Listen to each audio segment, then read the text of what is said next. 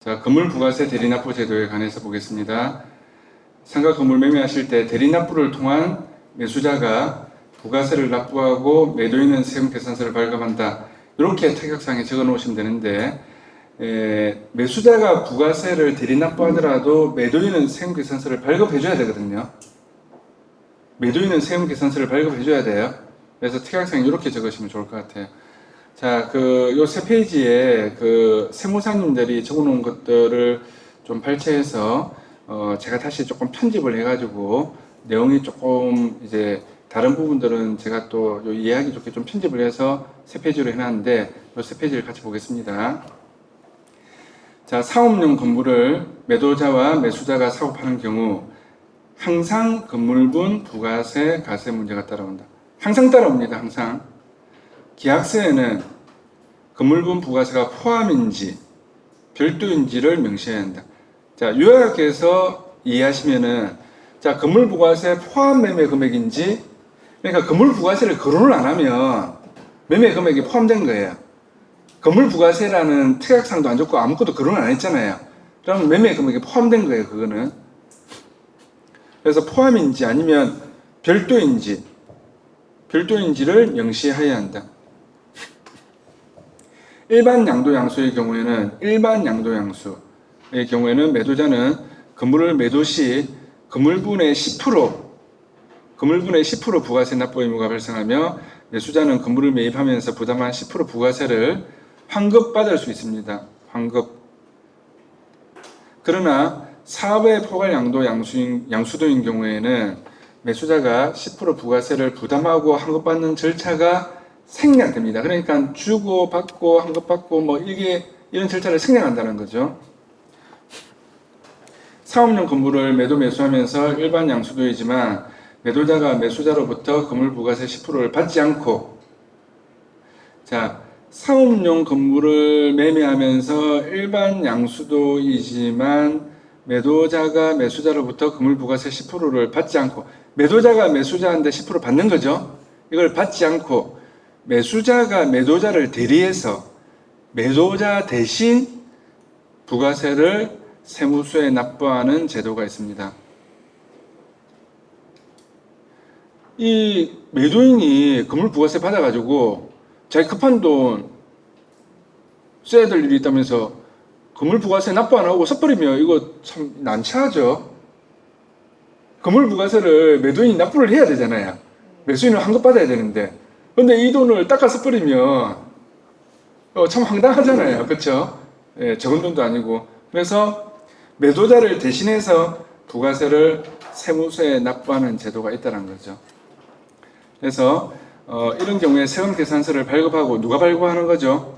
매도인이 발급하고, 양도자의 부가가치세를 대리 납부한 경우는 양수자가 양도자의 부가가치세, 그러니까 매도한 사람의 부가가치세를 대리 납부한 경우는 재화의 공급으로 보아서 양수자가 부가세 환급을 받을 수 있습니다. 자, 양수자의 대리 납부란 사업을 포괄적으로 양도하는 경우에는 재화의 공급으로 보지 않기 때문에 세금 계산서 발급 의무가 없습니다. 단 사업의 일반 양도 혹은 이에 해당하는지가 불분명한 경우 세금 계산서를 발급하였다면 그 사업을 양수받는 자, 매수자가 대가를 지급하는데 그 대가를 받은 자로부터 부가가치세를 징수하여 납부하는 경우 재화의 공급으로 보게 되며 양수자가 매입세 공제를 받을 수 있습니다. 자, 이 말은 이해가 잘 안 갈 수도 있지만 그냥 이 부가가치세 대신 납부하고 대리 납부를 했는데 이거를 재화의 공급으로 보고 양수자가 대리 납부한 세금 공제받을 수 있다, 이 말이에요. 이 말을 이 세법에 보면 표현을 이런 식으로 해놨어요. 자, 대리 납부 방법은 사업의 양도, 해당하는지가 분명한 경우 포함, 분명하지 않은 경우까지 포함에 따라서 사업을 양수받는 자는 그 대가를 지급하는데 그 대가를 지급하는 자로부터 부가가치세를 징수하여 대가를 지급하는 날이 속한 달의 다음 달 25일까지, 대가를 지급하는 날에 속한 달의 다음 달 25일까지 매수자 관할 세무서장에게 대리납부 신고서를 제출하고 부가세를 납부해야 합니다. 자, 여기서 그냥 다음 달 25일까지 신고서 제출하고 납부해야 된다. 이 정도 개념까지 가시면 되겠습니다. 자, 아울러 대리납부를 위해 사업을 양수받은 자가 징수한 부가가치세는 대리납부를 위해 사업을 양수받은 자가 징수한 부가가치세는 부가가치세 대리납부 신고서와 함께 관할 세무사장에게 납부하거나 국세징수법에 따른 납부서를 작성하여 한국은행 또는 최신간세에 납부해야 한다. 최신간세 우체국이죠. 대리납부하는 경우일지라도 사업양도자는 사업양수자에게 매도자 말하겠죠. 사업양수자에게 공급 시기에 맞게 세금계산서를 발급할 의무가 있다. 이 표현들이 이 법 시행령 시행규칙에 표현되어 있는 내용을 그대로 적어 놓은 겁니다. 자, 대리납부 신청 납부를 한 경우 해당 가생기간 부가가치세 신고는 어떻게 달라지는지 사업양도자는 발급한 세금계산서대로 매출 정상 신고합니다. 이때 대리납부한 세액은 부가세 신고서상에 사업양수자의 대리납부 기납부세액란에 기재해서 납부세액에서 공제합니다. 사업양수자는 발급받은 매입세금 계산서로 매입 정상 신고하면서 매입세액 공제를 받습니다. 사업양수자는 이때 양수자가 대리납부하지 않은 사업양도 세금계산서는 매입세액 공제를 받을 수가 없습니다. 대리납부하지 않은 것은 공제받을 수 없습니다. 자, 사례로 임대사업자 홍길동은 2021년 3월 30일 부동산을 전우치에게 건물 12억 원과 부가세 1억 2천만 원에 양도하였습니다. 이때 사업의 양도임에도 세금계산서를 발급하였으며 대리납부 제도를 통하여 전우치가 적법하게 대리납부 신고서를 제출하여 부가세를 대리납부하였다라고 했을 때를 살펴보겠습니다.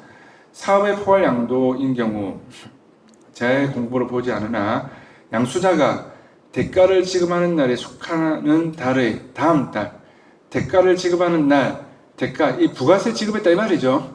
부가세 지급하는 날에 속하는 달, 만일에 1월 20일 날 지급했다. 부가세. 그러면 다음 달 25일까지, 2월 25일까지 대리납부한 경우에는 재해 공급으로 보아서 양수자는 부가세 환급을 받을 수 있습니다. 이게 지금 포인트죠. 예. 즉 매도자 홍길동 씨는 매출 세금 계산서 발급으로 매출 신고를 하게 되며 매수자 전우치 씨는 매입 세금 계산서로 환급 신고를 하게 되는 겁니다. 자, 일대 홍길동은 부가세 신고서상의 사업양수자의 대리납부 기납부세액란에 대리납부세액을 기재하여 신고합니다. 자, 그러면 이 내용이 기본적인 대리납부 절차 내용인데 요거를 골치 아프게 읽어도 이 말이 도대체 뭔 말이고 이렇게 자기가 하려고 하지 마시고요. 여러 번 뭐라고요? 세무사님한테 대리납부로 해서 알아서 해주세요 라고 맡기시면 되는 거예요. 그런데 대충의 내용은 아셔야 되는 거예요. 최소한 다음 달 25일까지. 다음 달 25일. 왜냐면 세금은 다 날짜 놓치면 가산세 붙잖아요. 다음 달 25일까지. 그 다음에 대리납부로 하더라도 매도인은 뭘 발행해야 된다? 세금계산서 발행해야 된다. 매도인은 세금계산서 발행해야 된다. 이 정도를 알고 계셔야 되는 거죠. 자, 그 다음에 설명 두 번째 또 다른 세무사님이 적어놓은 글을 보겠습니다. 2페이지. 자, 부가가치세 대리납부 제도에 대한 방법과 절차에 대한 판단이 잘 안되면 세무사님과 협의해서 진행하는 것을 원칙으로 한다.